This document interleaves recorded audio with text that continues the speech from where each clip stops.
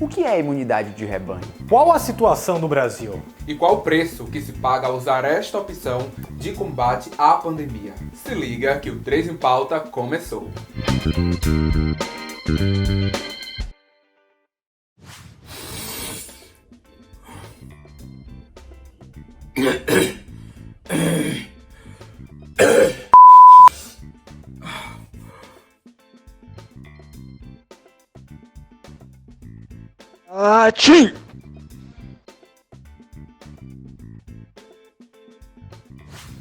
Para começar a entender esse termo, temos que voltar para a pandemia da varíola, lá no século XVIII. Isso mesmo, a relação vem da descoberta do médico inglês Edward Jenner, inventor da vacina para a doença. Ele percebeu que muitas pessoas que ordenhavam vacas não contraíam a doença, pois já haviam adquirido a varíola bovina.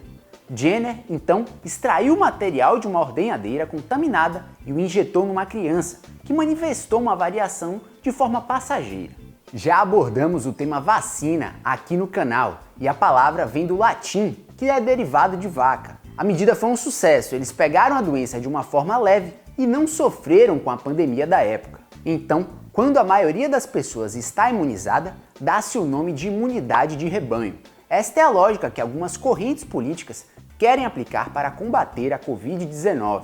Há dois caminhos que levariam ao efeito rebanho com o novo coronavírus: vacinas e infecção em massa. No caso da segunda, o principal problema é o elevado número de mortes. Não são apenas dados, são histórias de pessoas e famílias que ficarão marcadas para sempre. Um dos poucos países que abriu mão do isolamento e adotou essa estratégia foi a Suécia, citada pelo presidente Jair Bolsonaro como exemplo a se seguir.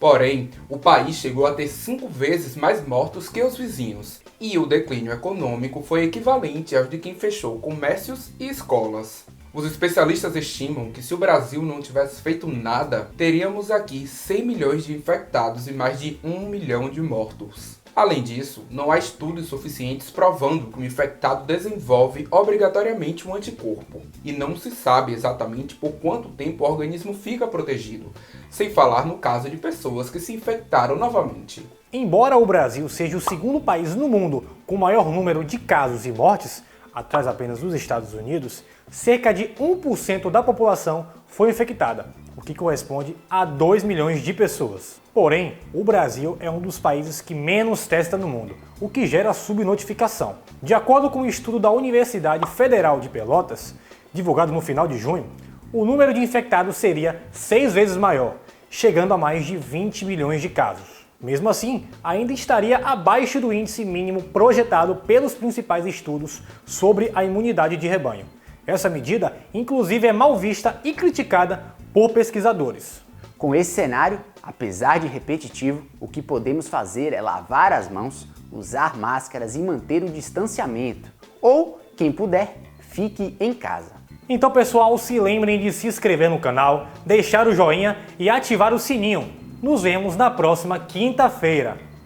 Até lá!